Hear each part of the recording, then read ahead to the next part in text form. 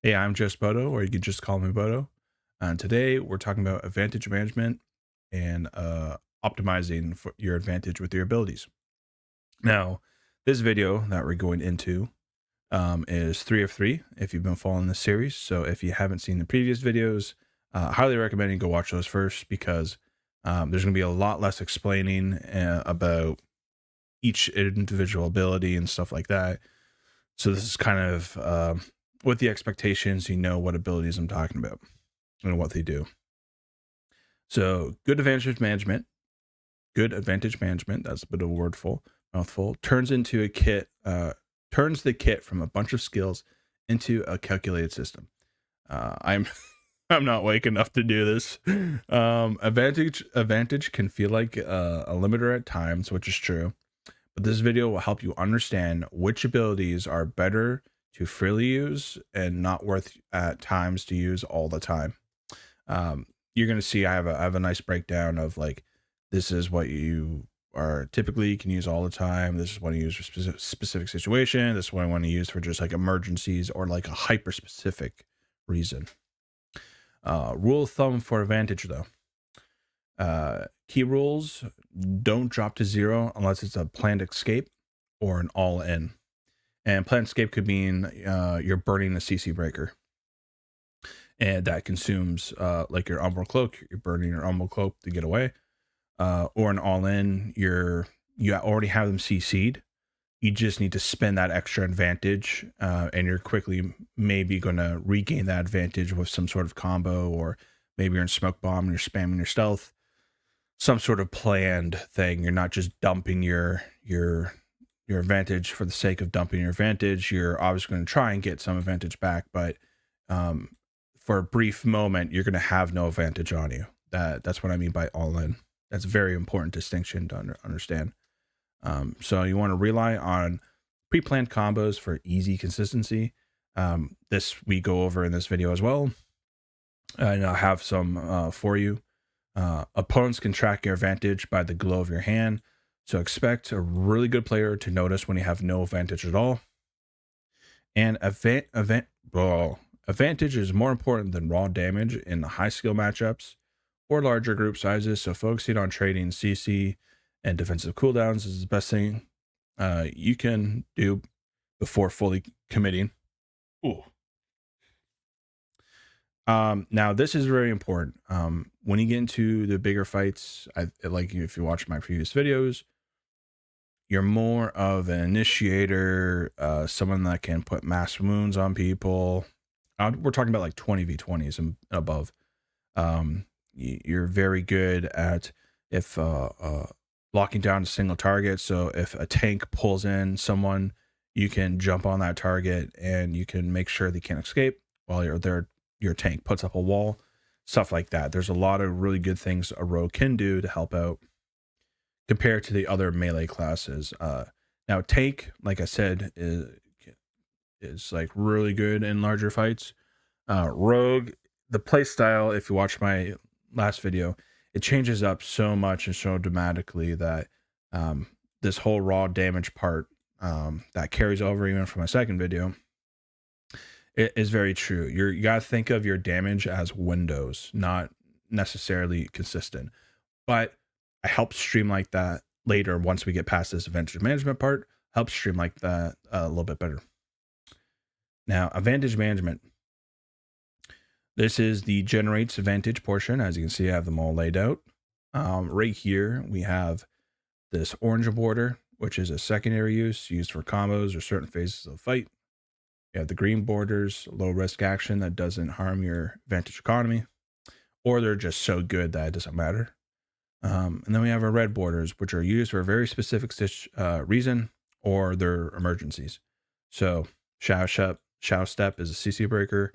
We really don't care about getting this advantage out of it, or distancing ourselves to get the proper distance to trigger it. We're using this whenever we can to get out of something that will probably end us getting killed or trading too much health. So, Acrobat Strike. Gain 1 advantage if the target's facing you. This is a very, very, very important go button for me when I know they have no CC breakers left.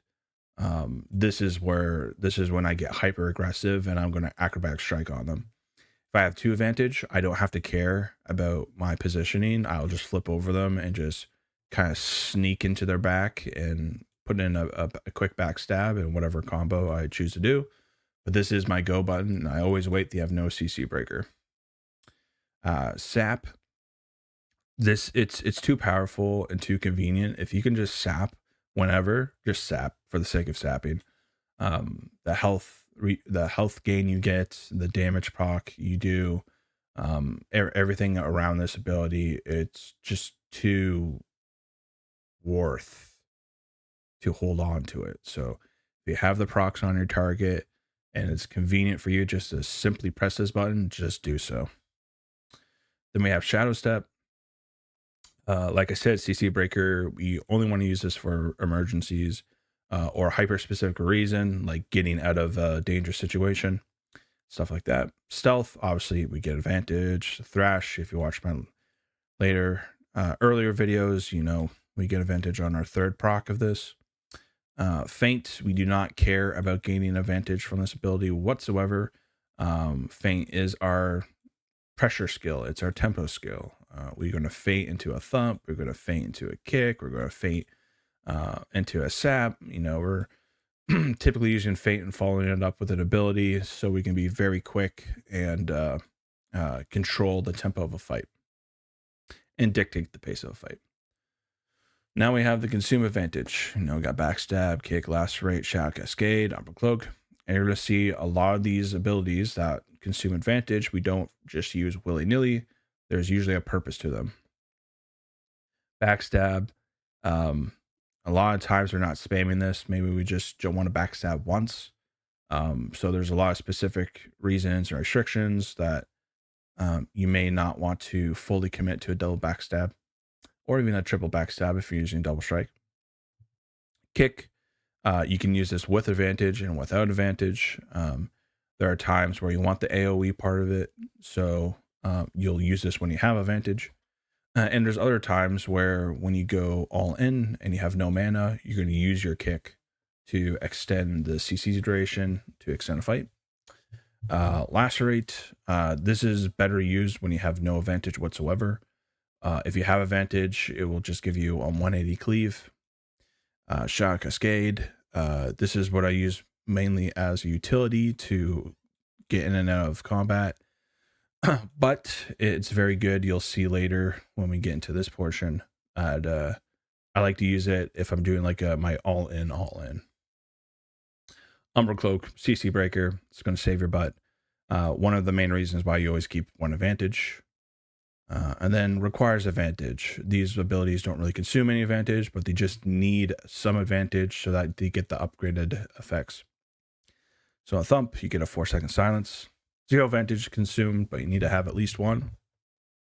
Double strike, 0 advantage is consumed, but you need to have at least one to get the upgraded effects on your lacerate, your backstab, and your thump. Nice thing too about double strike is that you can kind of pair it with your thump. It's a 20-second cooldown on a 20-second versus the thump 20 seconds. If you do, actually, I think double strike's 25 seconds. But regardless, you can always have a thump every 10 seconds, essentially. But a lot of times I use this for my backstab. It's however you want to use it, whatever your playstyle. Typically, when we get into bigger fights, I backstab a lot less, and I prefer to have the second thump. But in 1v1s, I like to use this as a backstab. Opener and soft resets. All right, so wait, before I get into that, let me give you guys a screenshot opportunity. Let me just...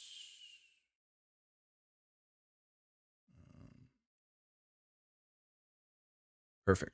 All right, take a screenshot of that. If you want to keep it for yourself. Hopefully this chart really does help you. But yeah, take a nice screenshot. And we'll scroll down. Pop back. There we go. So let's talk about actually, let me get a drink here. Let's talk about how do we use our abilities and what are some of her like base combos. Now, well, what I will say is that there's a lot of information here. I can explain it all.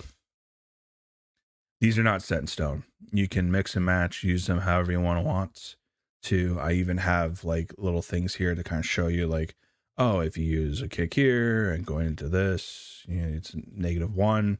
So even though this is +1 advantage gain, it will just average out to 0, stuff like that. So we'll get into this, the nitty gritty. I might look a little jarring at first, but there is a system. I'm not totally crazy.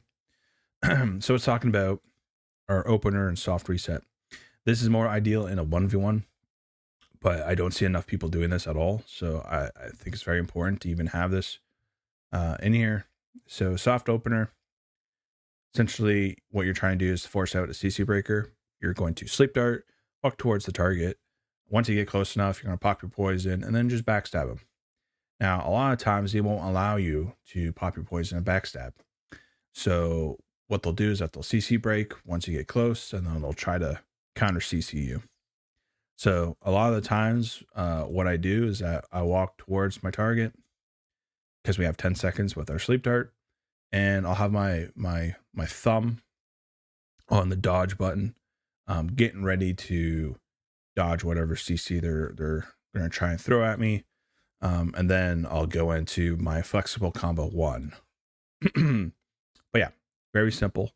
The other nice thing about this, which also I don't see a lot of rogues doing, is that let's say you're in a fight. Let's say you've gone through our opener here. You've gone to our flex combo 1, which we'll talk more about this. And then you've gone to our flex combo 2, which is a very flexible damage combo. And then the fight is in a weird situation where you're just auto attack spamming. You don't really have like your feint up and stuff to really use your other cooldowns and stuff like that. So you're like, oh, we're in a weird lull state of the fight. What can I do? Sleep dart the target again. Do a soft reset. Sleep dart the target. Walk towards him. Get in prep range to do your poison and backstab. And burn out as much cooldown timer as possible for your cooldown to come back. Another great way of using it as well, let's say in the middle of the fight, you're fighting a tank and they use a very powerful defensive cooldown. You can sleep dart them to wait out as much of that duration of their defensive cooldown as much as possible. Prep your backstab, stuff like that. So really good soft reset. And when you're, even if you're fighting like 3v3s or 4v4s or 5v5s, even if you're not, like I said, getting this backstab, just doing this just to people randomly to force them to break their CC so that they can help their teammates and stuff like that. It's the same concept, a little bit different how it's applied, but just please, for the love of God and all that is holy, use your sleep darts accordingly. Flexible combo 1. This is my favorite bread and butter. There's so many ins and outs to this. It's the perfect setup if they still haven't burned their CC breaker. And it's the most annoying thing that you can do, which is so much fun. And it's dynamic, it's flexible. You don't have to stay within melee range. You can get in close to them, hit your thump, back up a bit, spam your auto attacks to build up your stacks from your poison. And then when you decide when to go in, when the opportunity is right, let's say you're dodging around and stuff like that, feint in into a sap. Or you could feint in into a kick into a sap. Stuff like that. As we can see here, we're trying to force out a CC breaker while building stacks. Very dynamic and flexible. We will gain 1 advantage if we just feint and sap onto them. And then you could follow up with a kick. So it doesn't matter if you start with 2 advantage, if you start with 1 advantage. It's a very versatile way of using these certain amount of abilities. Now, for me, if we were in like a 5v5 situation, I'm probably going to feint and do an AoE kick. So I'm going to burn 1 advantage. So let's say we have 2 advantage, right? That's typically when I want to do this because I want to be extra safe. We start with 2 advantage. We thump, build up stacks, maybe chase around, maybe dodge a bit while auto attacking. We see the opportunity, we feint in, we set up that beautiful AoE kick. We're now down to 1 advantage. Then we sap. Now we're back up to 2 advantage. But let's say we're in a 1v1 situation. Let's say we only have 1 advantage. We thump, we dodge around, we do our auto attacks, we can feint on them, get a very quick sap, and then followed up with a very quick kick, and maybe we go into a damage combo. So there's a lot of ways you can play this. As you can see, I have this little poison icon here because I assume that if you're using this after this opener and you go straight into the flex combo, which is what I do 90% of the time, you're still going to have that poison ticking. But even taking a few seconds, let's say you've burned 5 seconds of your poison or like 10 seconds. Actually, no, the duration is only 10 seconds, but let's say you burn like half of your poison duration. I like to reproc my poisons. This just here as a suggestion, just like these kicks are here as a suggestion. That's why they're not in the border, but this is my bread and butter. Just get used to this. It's so dynamic and so allows you to play almost every matchup and make small tweaks to who you're fighting. It's just so good. Flexible combo 2. You can start with 2. You can start with 1 advantage. Preferably used when your opponent has no CC breakers, and you're just going to acrobat strike, backstab, thrash and fury, thrash and fury, thrash and fury. Third one, you're going to gain advantage. So what I like about this combo, why it's so flexible, is let's say you're starting with 2 advantage. You don't have to worry about trying to get advantage off of your acrobat strike. You could hit him from the side, hit him from behind, whatever. You're still going to get the value of the root. But let's say you're starting with 1 advantage. Well, acrobat strike, if you hit him when he's facing you, which is going to be most of the time, you're going to get 1 advantage. So it's very versatile in how this starts. Go into your backstab, you consume 1 advantage, thrash and fury, thrash and fury. Thrash, you're going to gain advantage on this 3rd thrash, fury, and then you'll walk away with either having 1 advantage or 2 advantage because you'll get a net gain of at least 1. So yeah, this is a bread and butter. It's a very safe to use. I believe it's very versatile because you're going to backstab quick, and by the time you get to your 3rd thrash and fury combo, the root will let off, and then you could easily kick right after, extend the combo, whoever what you want to do. You can add a lot to this on the back end. You can add a lot to this even after this backstab. If you wanted to like backstab and then let's say kick here, which would net you to 0, but it's also a waste of CC duration. I'm just, spitballing here. Oh, actually, no. You know what you could do? Maybe you do acrobat strike, you do your backstab, maybe you pop your poison very quickly, and then you go into your combo. There's a lot of things you can just do to this. It's very advantage friendly at the beginning. It's also advantage friendly at the end. So it's a very good bread and butter for damage. But now it's going to the big boy. The all in. I gotta make sure my head doesn't block this. Okay, we're lined up. The all in combo. This can be perceived and done in multiple different ways. The reason why I have how it is because of CC duration. So, sorry, I got something in my eye. So we can start with 1 advantage or 2 advantage. We have our acrobat strike. We want to make sure our opponent doesn't have any CC breakers up. Hopefully we have our poison proccing beforehand, but I'll proc it myself manually because it's worth. Go acrobat strike into a trick bolt backstab. Now, if you wanted to min-max this, you would just move the double strike backstab after your initial backstab. I am going for speed on this one. I do not care. I just want it to be as fluid as possible in my hands, and I'm going for speed. So I'm spamming my backstab to get the double backstab. Then I quickly press my double strike, quickly press my kick, thrash and fury combo. Now this kick is a 0 advantage kick, so you're only kicking the target that you have selected. Thrash and fury, thrash and fury, thrash and fury. We're getting an advantage. By the time we get through all this, we'll have a bunch of stacks on our target because all of this is going to generate stacks. We can quickly sap them. And then if they're half health, we can very quickly Shadow Cascade, and we can get the exposed proc on them, which will deal more proc damage from our sap. We'll do some bleed or hemorrhaging damage, and we'll be able to reposition off of this Shadow Cascade to drop into stealth very quickly. And we should have one advantage left at the end of it, which is really cool. But yeah, that's the video. It's kind of a shorter one, and I hope this helped you out.